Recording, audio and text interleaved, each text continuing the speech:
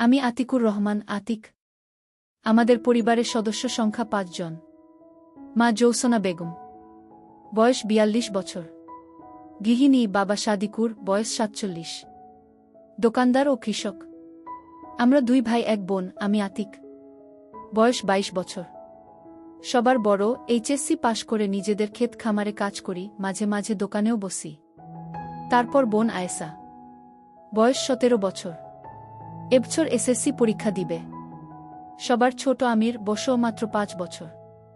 সবাই জানত আমি ও আয়েশার পর বাবা মা আর সন্তান নিবে না। আমরা ২ ভাই বোন মোটামুটি বড় হয়েছি। এমন সময় আমার আম্মাজানের পেট ফুলতে লাগল। যখন ৬-৭ মাস, তখন তো মা লজ্জায় আমার সামনেই আসত না। মনে মনে তা দেখে আমি হাসতাম। যা হোক, সকালে ঘুম থেকে উঠে আয়েশাকে পড়তে বসায়, তারপর নাস্তা খেয়ে সাইকেলে করে তাকে স্কুলে দিয়ে আসি। স্কুল দূরে হওয়ায় নিয়ে যেতে হয়, আবার ২টের সময় নিয়ে আসি। আর আরেকটা কারণ আছে, তা হলো আয়েশার মতো সুন্দরী এ গ্রামে দ্বিতীয়টি নেই। আয়েশাকে দেখার জন্য রাস্তার ধারে বাজে ছেলেরা বসে থাকত। তা শুনে নিজেই ভাই হিসেবে দায়িত্ব কাঁধে তুলে নিলাম। আয়েশার সাথে প্রতিদিন আমাকে আসতে দেখে ছেলেপুলে নিরাশ হয়ে রাস্তার ধারে বসে থাকা বন্ধ করে দিল। কারণ এটুকু তারা বুঝেছিল যে আমার সাথে লাগতে এলে ২-৪ জনের হাড্ডি গুঁড়ো করে ছাড়ব। পুরো এলাকায় কুস্তিতে আমার সাথে কেউ পেরে উঠত না। আমাদের বাড়িতে ঘর ৬টা। উত্তরের বড় ঘরে বাবা মা ও তাদের সাথে আমির, পরেরটাতে আয়েশা, তার পরেরটাতে আমি। বাকিগুলো বন্ধ পড়ে থাকে, কেউ আসলে থাকে না, হলে শস্য দানা ভরা থাকে। আয়েশা মাঝে মধ্যে আমার ঘরে এসে পড়াশোনা করে, কারণ দক্ষিণের জানালা দিয়ে সুন্দর হাওয়া আসে আর এদিকটা নিরিবিলি। আমিও তাকে পড়া দেখিয়ে দিই। সবই ঠিক ছিল, জীবনটাও ছিল শান্তির। হঠাৎ সব কেমন জানি হয়ে গেল। কারণ ২টো বই। বাড়িতে কারেন্ট নেই, কিন্তু দোকানে আছে। বাসার নোকিয়া মোবাইলটা বাবা দোকানে নিয়ে এসেছে চার্জ দেওয়ার জন্যে। দুপুরে আমি দোকানে আসলে বলে, কি হয়েছে দেখতো আতিক, চার্জ হয় না কেন? আমি কতক্ষণ ট্রাই করেও কাজ হলো না। আব্বা, তুমি দোকানে আরেকটু থাকো, স্টেশনের উপাশে মেকারের দোকান থেকে ঠিক করে নিয়ে আসছি। আচ্ছা বাবা, যা। সাইকেল মেরে স্টেশনের ভিতর দিয়ে যাচ্ছি। সামনে ট্রেন দাঁড়িয়ে আছে দেখেও পারে যেতে পারছি না। মানুষের ঠেলাঠেলি দেখে স্টেশনের কোণার দিকে সরে গেলাম। লোহার পিলারের সাথে সাইকেল খাড়া করে দাঁড়িয়ে আছি। বাম পাশে দেখি এক মুরব্বি পলিথিন বিছিয়ে সামনে কতগুলো বই, খবরের কাগজ ছড়িয়ে বসে আছে। কর্নেগির লেক বড় যদি হতে চাও বইটা দেখে বসে পড়লাম। হাতে নিয়ে উল্টে পাল্টে দেখছি মুরব্বি এক মনে খবরের কাগজ পড়ছে। আরেক সারিতে কয়েকটা বই উল্টো করে রাখা আছে। হাত বাড়িয়ে একটা তুলে নিলাম। সোজা করতেই মলাটে এক সেট মেয়ের ছবি, নাম অবিসার, লেখক রসমা। রেখে দিতে গিয়ে কি মনে করে একটা পৃষ্ঠা ওল্টাতেই সূচিপত্র। আজব নামগুলো। সূচিপত্র পড়েই আমার হাত পা কাঁপতে লাগল। তাড়াতাড়ি রেখে দিয়ে উঠে দাঁড়ালাম। মুরব্বি পেপার রেখে চাইল, লাগবে না কি? না চাচা। আরে নাও নাও, লজ্জা পাচ্ছ কেন? মাত্র ২০ টাকা। না কাকা, যায় বলে তাড়াতাড়ি সাইকেল নিয়ে ওখান থেকে সরে এলাম। ট্রেন যে কখন চলে গেছে সে খেয়ালও নেই। মেকার মোবাইল দেখে বলল, আজ হবে না, কাল এসে নিয়ে যেও। কয় টাকা লাগবে? ৮০ টাকা। আমার কাছে ৫০ টাকা আছে, তাই দিই। না, ৫০ টাকায় হবে না, ৭০ টাকা দাও। ঠিক আছে, কাল দুপুরে টাকা নিয়ে আসব। এসো। মাথার ভিতর থেকে ওই বইগুলোর কথা বের হচ্ছে না। আবার স্টেশনে এসে মুরব্বির কাছে দাঁড়ালাম। দিব। কয় টাকা? একটা ২০, জোড়া ৩৫। জোড়া ৩০ দিবেন? ঠিক আছে, নাও। টাকা দিলাম। মুরব্বি ২টো বই গোল করে পেপার দিয়ে মুড়িয়ে দিল। নিয়ে দ্রুত নিয়ে নিলাম। আব্বাকে বললাম, মোবাইল রেখে এসেছি, কাল ঠিক করে দিবে। বাবা খেতে চলে গেল। দোকানে চাখর লেগেই আছে দেখে মন চাইলেও বইগুলো বের করতে পারলাম না। দোকান থেকে স্কুলে গিয়ে আয়েশাকে নিয়ে বাসায় আসলাম। আমার ঘরে গিয়ে বই ২টো বিছানার নিচে লুকিয়ে রাখলাম। গোসল করে খেয়ে দিয়ে দরজা ঠেলে দিয়ে বই ২টো বের করলাম। দরজার ছিটকানি দিলাম না, দিন দুপুরে ছিটকানি দিলে খারাপ দেখায়। আমার ঘরে আয়েশা ও আমি ছাড়া কেউ আসে না। প্রথম গল্পটা পড়তেই নিজেকে হারিয়ে ফেললাম। একটা ছেলে তার বড় ভাবিকে নিয়ে কাহিনী। কেমন জানি অবাস্তব ধরনের গল্প। নিজে জীবনে কাউকে কখনো সেবা দেয়নি। কলেজে পড়ার সময় এক বান্ধবীর কমলা হাতে নিয়েছিলাম, এটাই যা অভিজ্ঞতা।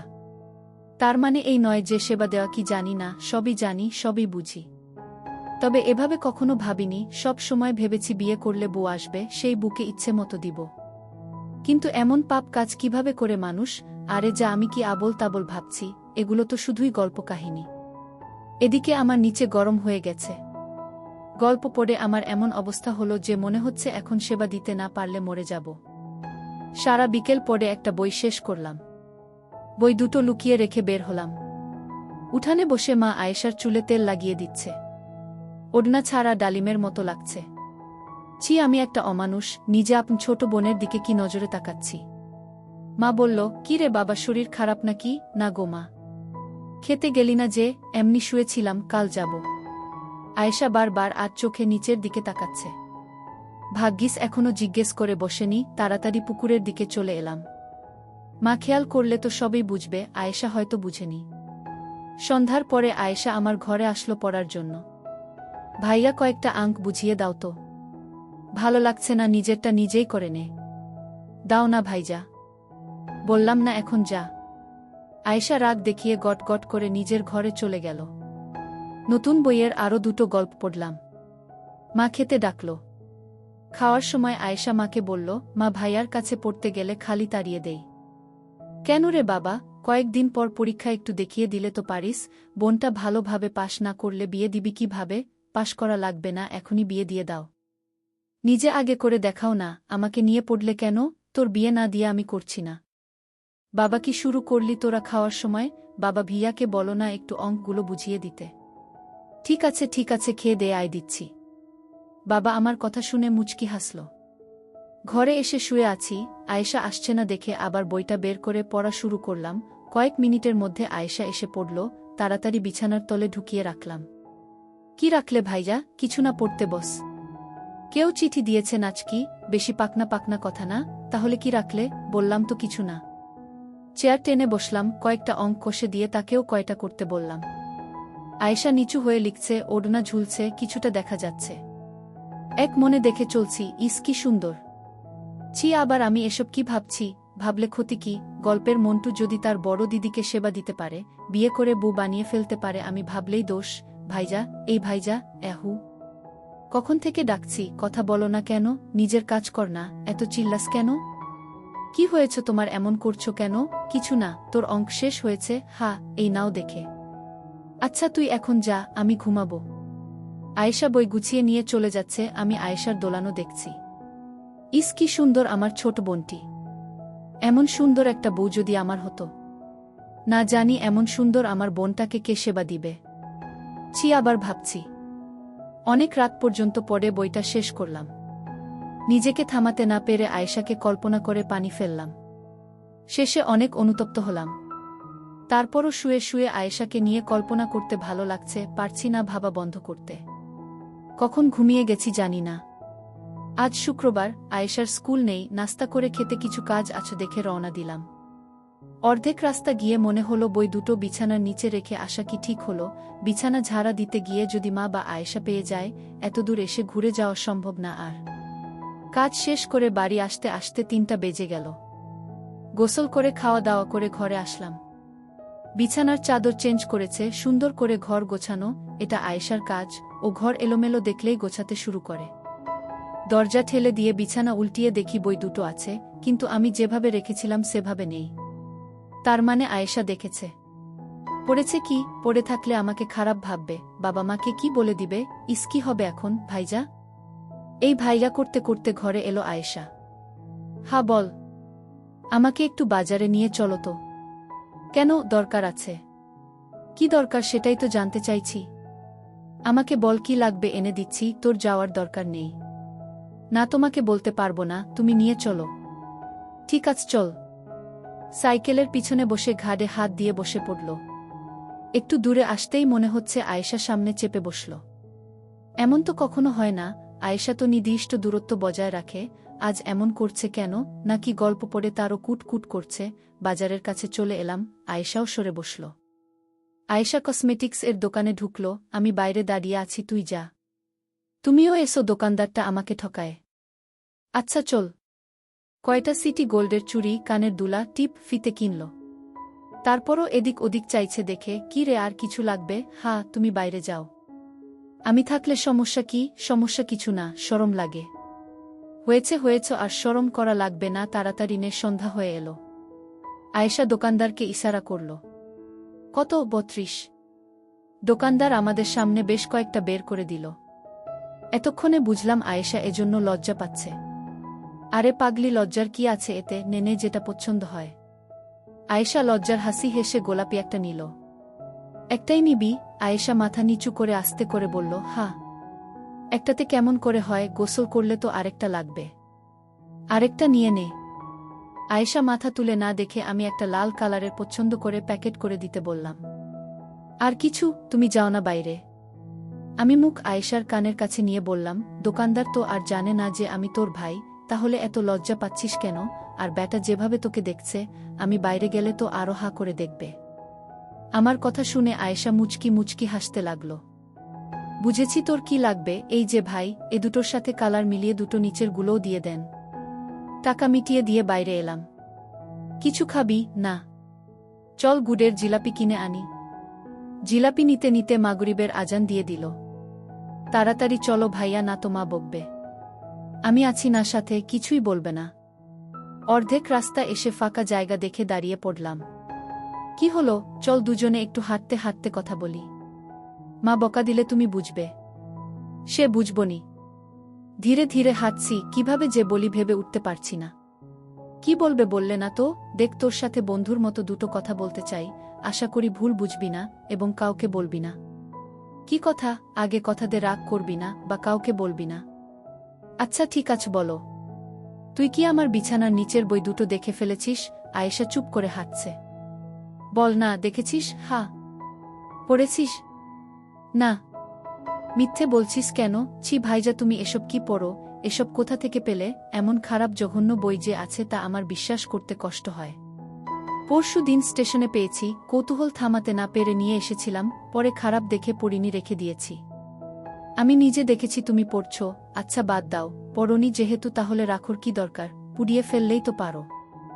হ্যাঁ তাই করব। তুই প্লিজ কাউকে বলিস না। এটা কি কাউকে বলার মতো কথা? ধন্যবাদ। খালি ধন্যবাদ দিয়ে কাম হবে না। 2 দিন ওসব আজেবাজে পড়ার জন্য আমাকে পড়া দেখিয়ে দাওনি, সেটা পুষিয়ে দিতে হবে। ঠিক আছো, এমনভাবে এখন থেকে বুঝিয়ে দিব যে সবার থেকে বেশি নাম্বার পাবি। তাই মনে থাকে যেন। হা হা, মনে থাকবে। একটা জিলাপি খা। বাড়ি গিয়ে খাবনি। এখন খা না একটা। আচ্ছা দাঁড়া, আমরা দুজনে আজকে বন্ধু হলাম, সেই উপলক্ষে মিষ্টি মুখ কর। হি হি, ভাই বোনে বন্ধু হয় নাকি? হয়তো গল্পতে পড়িসনি। কোনো গল্পতে? আয়েশার কথার টোনে বুঝা গেল গল্পের কথা ইশারা করছে। তুই যেটা বুঝেছিস। ইসছি, তুমি কি আমাকে সে গল্পের নায়িকা ভেবেছ নাকি? কেন, ভাবলে কি মহাভারত অশুদ্ধ হয়ে যাবে? ছি ভাইজা, তুমি অনেক খারাপ হয়ে গেছ। আয়েশার এমন কথায় মনটা দমে গেল, চুপ হয়ে গেলাম। চুপচাপ হাঁটছি দেখে। কি হলো? কিছু না। কথা বলছো না যে? চুপ করে রইলাম। রাগ করেছ ভাইজা আমার কথায়? না। তাহলে মুখটা গোমড়া করে রেখেছ কেন? চুপ। আচ্ছা ঠিক আছে, বন্ধুত্বের দাবিতে দাও তুমি খাইয়ে। আমি একটা জিলাপি বের করে আয়েশার মুখে তুলে দিলাম। অর্ধেক কামড়ে নিয়ে হাত থেকে বাকি অর্ধেক নিয়ে আমার মুখে তুলে দিল।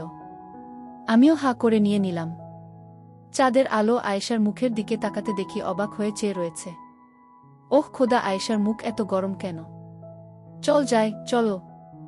বাসায় এসে আমি আমার ঘরে, আয়েশা ওর ঘরে পড়তে বসল। আমি চুপচাপ শুয়ে রইলাম। কি করলাম এসব আমি তো সত্যি সত্যি আমার ছোট বোনকে কল্পনা করতে শুরু করেছি। নিজেকে মনে হচ্ছে প্রেমে পড়েছি। আমার প্রেমিকা আর কেউ নয়, আমার আপন মার পেটের বোন। সবাই মিলে খেতে বসে আয়েশাকে বললাম, খেয়ে দে, আমার ঘরে আয়, আজকে জ্যামিতি নিয়ে বসবো। ঠিক আছে ভাইয়া, তুমি যাও, আমি পরে আসছি। কয়েকটা জ্যামিতি করিয়ে দিয়ে ওর দিকে চেয়ে আছি। কিছু বলবে ভাইজা? যদি খোলামেলা কিছু কথা বলি রাগ করবি? আমি তোমার বোন, এমন কিছু বলো না যে আমি ছোট হয়ে যায়। ওকে বাদ দে। কেন, বলো কি বলবে?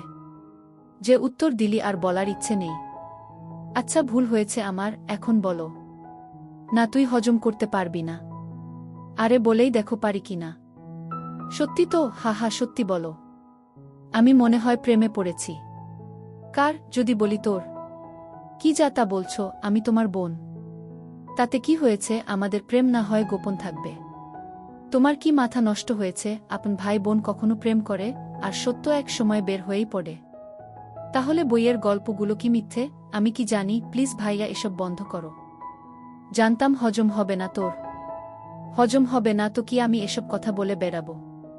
একবার ভেবে দেখ কত মজা হবে। ভাবার দরকার নেই, এসব ভাবাও পাপ। যত নষ্টের গোড়া ওই বই, ও দুটো দাও আমাকে, এক্ষুনি পুড়াবো। বই পুড়ালে কি আমার মন শান্ত হবে? আয়েশা আমার হাত ধরে নিয়ে বলল, প্লিজ ভাইজা প্লিজ, আমি তোমার আদরের একমাত্র বোন, কিভাবে পারছো এসব বলতে? হয়তো আমার ভুল হচ্ছে রে, কিন্তু মনকে থামাতে পারছি না। কি করব বল? আমার কোনো বান্ধবীকে পছন্দ হয় বলো, আমি নিজে তোমাদের প্রেম করিয়ে দিব। আমার সব বান্ধবী তোমার জন্য পাগল। না, আমার শুধু তোকে ভালো লাগে। বুঝছো না কেন তা সম্ভব নয়? কেন, তুই কি কাউরির সাথে প্রেম করিস? না না, তাই বলে আপন ভাইয়ের সাথে প্রেম করব? একবার করে দেখো না। ছি, আমার আর তোমার সাথে কথা বলতে ভালো লাগছে না। এই বলে বই না নিয়ে হনহন করে আয়েশা ওর ঘরে চলে গেল। মনে মনে ভাবলাম, আমি কি এসব ঠিক করলাম? সুন্দর সম্পর্কে বিষ ঢুকিয়ে দিলাম, সব দোষ বইয়ের। বই দুটো নিয়ে বাড়ির বাইরে এলাম, এদিক ওদিক চেয়ে আগুন ধরিয়ে দিলাম। সম্পূর্ণ পুড়িয়ে ছাইগুলো ছিটিয়ে দিলাম। হাত মুখ ধুয়ে ঘরে ঢুকার সময় দেখি আয়েশার ঘরে হারিকেন জ্বলছে। ধীরে পায়ে হেঁটে ওর ঘরের সামনে এলাম, নিজেকে অপরাধী মনে হচ্ছে। দরজা ঠেলা দিতে খুলে গেল। আয়েশা বিছানায় উবুত হয়ে শুয়ে আছে। পাশে গিয়ে বসলাম। মাথায় হাত বুলিয়ে দিয়ে বললাম, বই দুটো পুড়িয়ে ছাই করে দিয়েছি, আর কখনো এসব বলবো না। আমার ভুল হয়ে থাকলে ক্ষমা করে দিস। আয়েশা উঠে বসে আমাকে কাছে টেনে ধরল। ছি ছি ভাইজা, তুমি বড়, তুমি ক্ষমা চাইতে পারো না? আমি কিছু মনে করিনি। আমি পিঠে হাত বুলিয়ে দিয়ে বললাম, তাহলে রাগ করে চলে এলি যে, আর পড়বি না? কয়টা বাজে? মনে হয় 9টা। হা, পড়ব, চলো। হাত ধরে নিয়ে এসে চেয়ারে বসিয়ে দিলাম। দেখ আয়েশা, চামড়ার মুখ দিয়ে যা বলে ফেলেছি তা তো ফিরিয়ে নিতে পারবো না, তবে কথা দিলাম আর কখনো তোকে লজ্জায় ফেলব না। আবার শুরু করলে? বললাম তো আমি কিছু মনে করিনি। ঠিক আছে, পড়তে শুরু কর। না, আজ আর পড়ব না। তাহলে কি করবি? তোমার সাথে গল্প করব। কি গল্প? হিহি, কথা বলছি, এসবই তো গল্প। হা হা, তুমি বই দুটো পুড়ালে কেন? পুড়াবো না তো কি করব? ইস, আমার একটা পড়া হলো না। আমি অবাক, তার মানে তুই একটা পড়েছিস? হা, একটা। কোনটা? অভিসার। হা হা, মিস করে দিয়েছিস, পরেরটা আরও দারুণ ছিল। সূচিগুলো বলো একটু। না, বলবো না, অনেক খারাপ। কত খারাপ তা তো একটা পড়েই বুঝেছি, বলো না একটু। জেনে কি করবি? মন চাচ্ছে জানতে। লজ্জা পাবি না তো? আমাদের মাঝে কি আর তা অবশিষ্ট আছে? আছে তো? না, নেই। যদি না থাকতো তাহলে তুই আমার পছন্দ করে দেওয়া লাল পোশাক পরে এসে আমাকে দেখাতি, বলতি, দেখো তো ভাইজা কেমন হয়েছে। আয়েশা লজ্জায় দুহাত দিয়ে মুখ থেকে বলল, তুমি যে ভাইজা কিভাবে দেখায় বলো? বন্ধু মনে করে দেখাস? পারবো না ভাইজা। ঠিক আছে, না দেখাস। যেদিন পড়বি সেদিন শুধু বলিস যে আজ তোমার পছন্দ করে দেওয়াগুলো পড়েছি, তাহলেই হবে। উপর থেকে কল্পনা করে নিব। হি হি হি। হা হা হা। মুখ থেকে হাত নামা। বলবো সুচি, বলো। তাহলে আমার দিকে তাকা। বলো। বাসর ঘরে বুকে বলে থেমে গেলাম। কি হলো? পরে কিন্তু আমাকে দোষারোপ করতে পারবি না বলে দিলাম। ঠিক আছে, বলা লাগবে না। এই নাও, খাতা লিখে দাও। তাই দে, এটাই সহজ হবে। বাসর ঘরে বুকে সেবা দিতে গিয়ে শাশুড়িকে দিলাম। ইত্যাদি ইত্যাদি। এই নে পড়ে দেখ। খাতাটা আয়েশার হাতে দিয়ে বিছানায় কাত হয়ে শুয়ে পড়লাম। আয়েশা পড়ে মুচকি মুচকি হাসতে লাগল। হাসছিস কেন? মানুষ কি এতটা বলদ আছে যে বউ বাদ দিয়ে শাশুড়ি? হি হি হি। গল্পটাতে বাসরঘর অন্ধকার ছিল, আর বুটা ছিল ভীতু, তাই সে তার মার কাছে শুতে চলে যায়। তারপর পরেই বর ঢুকে বাসর ঘরে, এসে দেখে বউ নেই, সে বসে বসে অপেক্ষা করে। শাশুড়ি ভাবে যায় জামাই বাবাজিকে বলে আসি।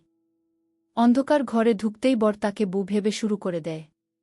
সে মহিলাও মোটামুটি তার মেয়ের মতো দেখতে, তাই বর বুঝতে পারে না যে এটা তার বউ নয়।